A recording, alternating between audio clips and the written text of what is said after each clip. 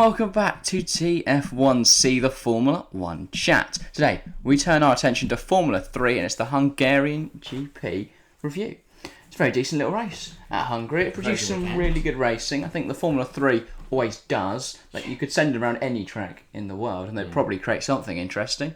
But I think this weekend was particularly particularly good weekend. I thought Hungary might be a bit boring, but with 30 young drivers on a mixed. I was going to say mixed track, conditions, yeah. Very, 1 minute it was dry, 1 minute it was raining. We saw strategy gambles in the feature race, which were very interesting to watch, created a really good dynamic, and it was a really good weekend for racing. Yeah, certainly was. Should we start with qualifying then, of course, on this the was a Friday weekend, because for me, in the wet and in the mixed conditions, all of the championship front runners struggled. No, what do you mean? Ollie Bearman was P3, mate. Right. Come on, Ollie Bearman, different gravy up there in P3, where you've got the likes of Martins and Hadjar, 8th and 10th. 8th, Hadjar 10th, Leclerc was 4th, okay? 4th, yeah. Big point. That's low. 8 and 10 for your championship And leaders he didn't actually low. get to start there, of course, for the incident in the sprint race, which we'll get onto in just a moment. It was Alexander Smolyar who took pole in his red MP. Still don't know why it's red, but it is. If you do know why it's red, please let us know in the comments. Yeah, if you are Alexander Smolyar and you want to come on and tell us why your car is red, we'd appreciate it massively. But yeah, Zane Maloney, he took P2, and I immediately worried for Bearman's safety because whenever those two have been anywhere near each other on circuit, it's been a little bit touchy. But Silverstone made contact in Austria. Yeah, they still seem to be on good terms though. Yeah, it's just racing regardless of what goes on the track. Saucy was 5th, Kushmini 6th, Crawford 7th. Not a great qualifying for your boy Jack Crawford. That's alright, did alright. He had a race. Good 2 races. He did alright, yeah. Well, no, he had a good sprint race until certain after Leclerc had something to do with it. God, that was 9th. Franco Colapinto 11th, and it was Ollie Goethe, someone who never raced in Formula 3 before, on reverse grid pole. Great moment for him. It certainly was. I mean, he didn't exactly smash it off of the start, though. So, on to the sprint then. Just say, also the other new driver filling in this weekend was Christian Mansell. Yeah. He was down in P24. Not as successful as Goethe, as we just mentioned. But Goethe starting on pole, literally bucketing it down, and yeah. Didn't keep out. Yeah, he just slipped through the grid. Slowly through the first lap, just ended up last. Formula 3 race in wet. The conditions couldn't have been more against him. Yeah, it was a tough race for him. So, winning it though, Caio Collet. Storming drive. Started P9, and I'll be honest, with the likes of Colapinto, Martins and Hadjar all around him, I was not expecting to see Caio Collet come out on top, but he did. He was, followed on the podium by Colapinto and Kushmini. Both of them had... Kushmini was my driver of the weekend for F3. You know what? I'm 100% taking this as a win for me, because in the Friday video, I said Kushmini's going to have a go. I did say Caelan Fredericks also going to win the race, and he, in the sprint at least, was 19th. Yeah. So, didn't exactly get a plan there, but I smashed the Kushmini prediction. And I think MP nailed it. Collet, Smolyar and Miney had a fantastic weekend. Yeah, then Hadjar came home for P4. He then took the lead of the championship, I believe. Yes. So, decent for him. And then Bearman P5. Of course, he used that wealth of brilliance and experience that he has to take that P5. He started down in P10. Obviously, qualifying P3. Sorry, I'm afraid I had to do maths there. And he cut through the field really like a hot knife through butter. I mean, it's helped when Leclerc just entered self-destruct mode and tried to take as many cars out as possible. Up the inside and just piled straight into the side of Crawford. Yep, and then of course he ran Martins off the road. Yeah, so Victor Martins was 6th. Then as Bearman managed to get past him. Crawford and Leclerc both out. Crawford and Leclerc both down the order. Yep, Saucy 7th. Goethe managed to come in 8th in the end. He did drop back loads, like 10th, and then he just stopped dropping. Yeah. And then when Leclerc and Crawford departed, he got a point there. And then Stanek 9th and Zane Maloney 10th. Just missing out. And Risa Shijima 11th. Just missing out the points. It's a shame. It's P8. Oh yeah, sorry, I forgot. But no, to be fair, Shijima, he was P2 in qualifying. Forgot to mention it. Yeah. Shijima was P2, and then Yeah, it was track limits, wasn't it? Yeah, track just lap time deleted. That's it was a shame. gutting because, mate, if it was... Because that could have changed his weekend. Exactly. Completely. But sadly for Reese... If it was Smolyar, Ushijima, Maloney, there's no chance they would have got through turn 1. No. Mainly Ushijima is the problem. To Smolyar, he had a fantastic weekend. His pace was superb. Yeah, I mean, we slag off Ushijima sometimes on here, but he is actually starting to have a really good season. He definitely did. And yeah, I'm excited to see what he can do next season with a bit more experience under his belt. So yeah, fair enough. Big up Reese Ushijima if you're watching. Yes, mate. On to the feature race then. Smolyar on pole. No one attacked him the whole race. He led from the start to the end. He won by 5.5 seconds. Yeah. Well, he opened a massive gap to Maloney, and then Maloney just had to fend off Bearman for the whole race. And obviously, I was going to say there was 200s between them as they crossed the line. So yeah, I mean, very close. I was getting very excited watching Bearman come out the final corner. I was that close. Maloney drove a good race P2. Bearman also drove a good race P3. Yeah, well, I'd say probably the best wet weather driver ever, in my opinion. Great drive from Ollie Bearman. And then plaudits to the Williams Academy driver in P4, Zak O'Sullivan, took the gamble onto the dry tyres because the track was dry. Most of the other drivers stayed out on the wet. But he was down the order. He was about 17th, I think, Zak O'Sullivan. He came in and, nailed the strategy. Nailed it. Cut through superbly. And we even saw championship leader Isaac Hadjar try the same thing. He strapped on a set of softs. Couldn't do anything with them. O'Sullivan just... Because there's like him and... who was it? Manuel Correa, who got up to P6. Those two... They're the only ones that... Because quite a few drivers... There's 30 drivers. I'd probably say about...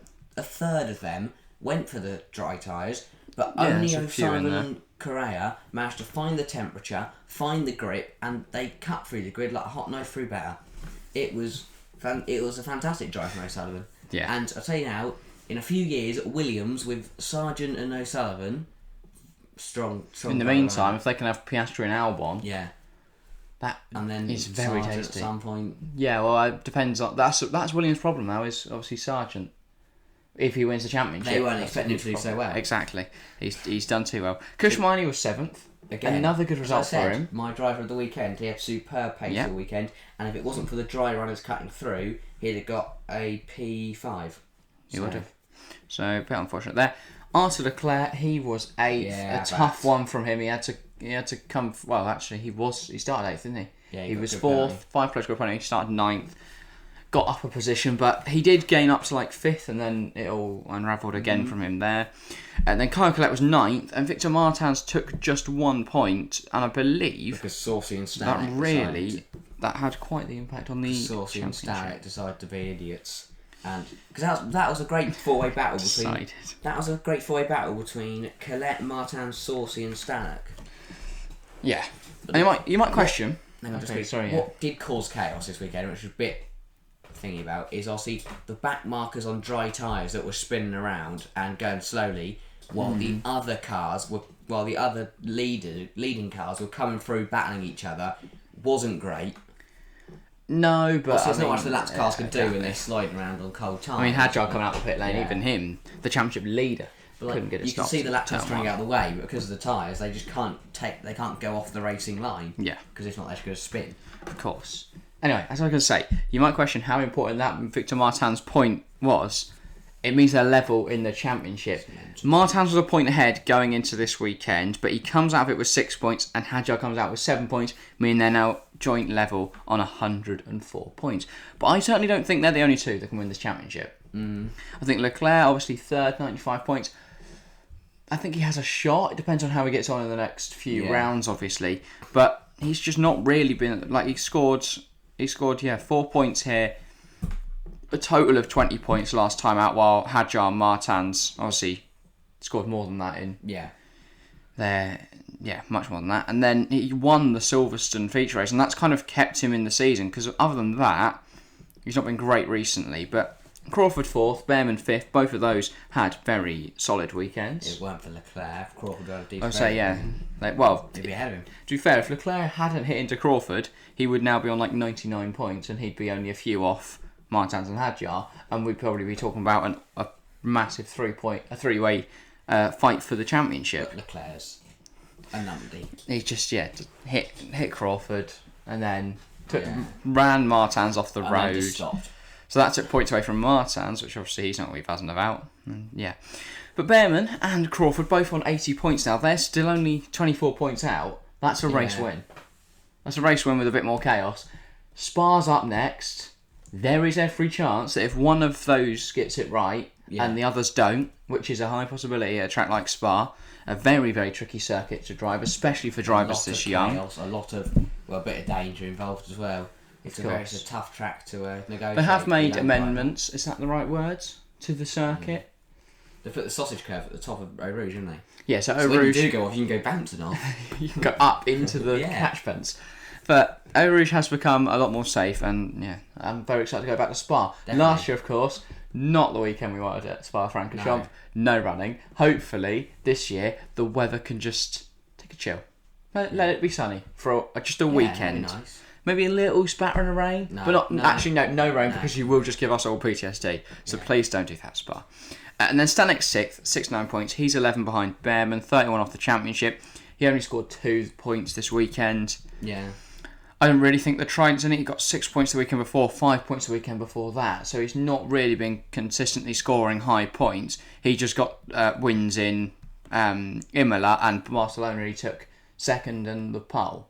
Yeah. So that's where he just took a load of points there. And I think he's still riding high on those. Smolyar, with his win this weekend, promotes him up to 7th. Again, 63 points. I think he'll probably get Stanek. Whether he can break into that top 5, I doubt it. Then Colette 8th, Colapinto 9th, and Zane Maloney rounds out the top 10. His 18 points going a long way to push him up the table. I guess O'Sullivan as well, shout out to him at 11th. And Miney is up now to 12th with his solid showing this weekend. Yeah.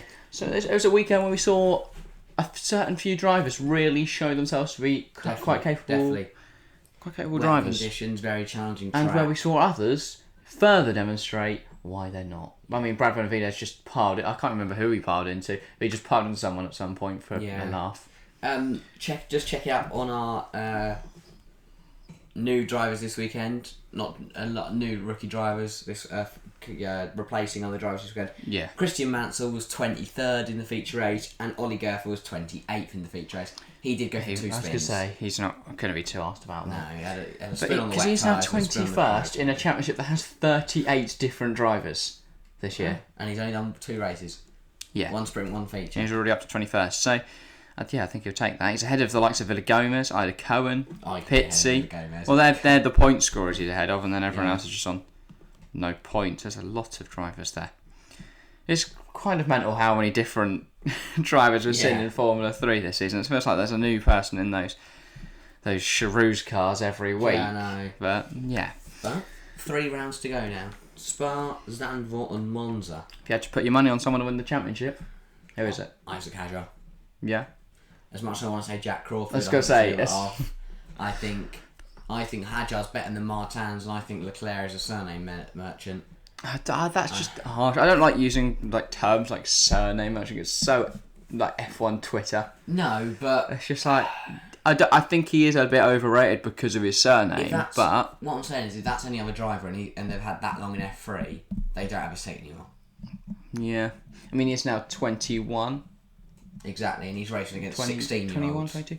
Yeah, and he's just a year younger than Lando Norris. Exactly. Unless he now, and Lando obviously has been in F1 for 3 years now. Exactly. So I don't really know is he going to get the step up to F2? I think he because does. where does Deruva and Hauser go? If he's going to Prem, obviously. If he does get a step up, though, get Jamie Chadwick in that Prem. Interesting shout. The problem with Prema is they have literally 90,000 drivers who are going to want that seat. Especially coming through F4. Who's the young... Dino Boganovic. Yeah. What? Is that not... No. No, which one's the... There is a young female driver, I can't remember her name though. In Italian F4. Amaya Woig. Yeah, she's dominating, isn't she? No, Dino Boganovic has, but then equally, he's the only one whose car doesn't keep blowing up. Because he's in a Prema. Yeah. Like all his other championship rivals, from what I've heard, they just keep blowing up every week. But yeah, so your money on Hadjar. Mine's Hadjar. Mine would probably also be on Hadjar unless Bearman can get in there. In which case, Oliver Bearman. It's unbelievable. And then he gets into the Van Amersfoort seat for next season in F2. Replaces Cordeal. Either of them, really. Jake Hughes, I don't know. Yeah. He's a mess, isn't he? He's fine, but Ollie Bearman's clear. So yeah, as you've mentioned, Spa's and wanted to go. Very exciting. Enter this Formula 3 season. That's all for today, though. Hope you've enjoyed the video. If you have, I want to hear from you down in the comment section below. What do I want to hear? I want to hear, well, who you think is going to win the championship, what you thought of the Hungarian Grand Prix, and who you think will win Spa, I guess, if you want to stick that in there as well. But yeah, make sure to subscribe as well if you're new around here. We're on 54 at the time of recording. We might be on 100 when you are watching, if the W Series video has gone really, really well. So yeah, make sure to join the club. But thank you very much for watching, and we'll see you next time. See ya.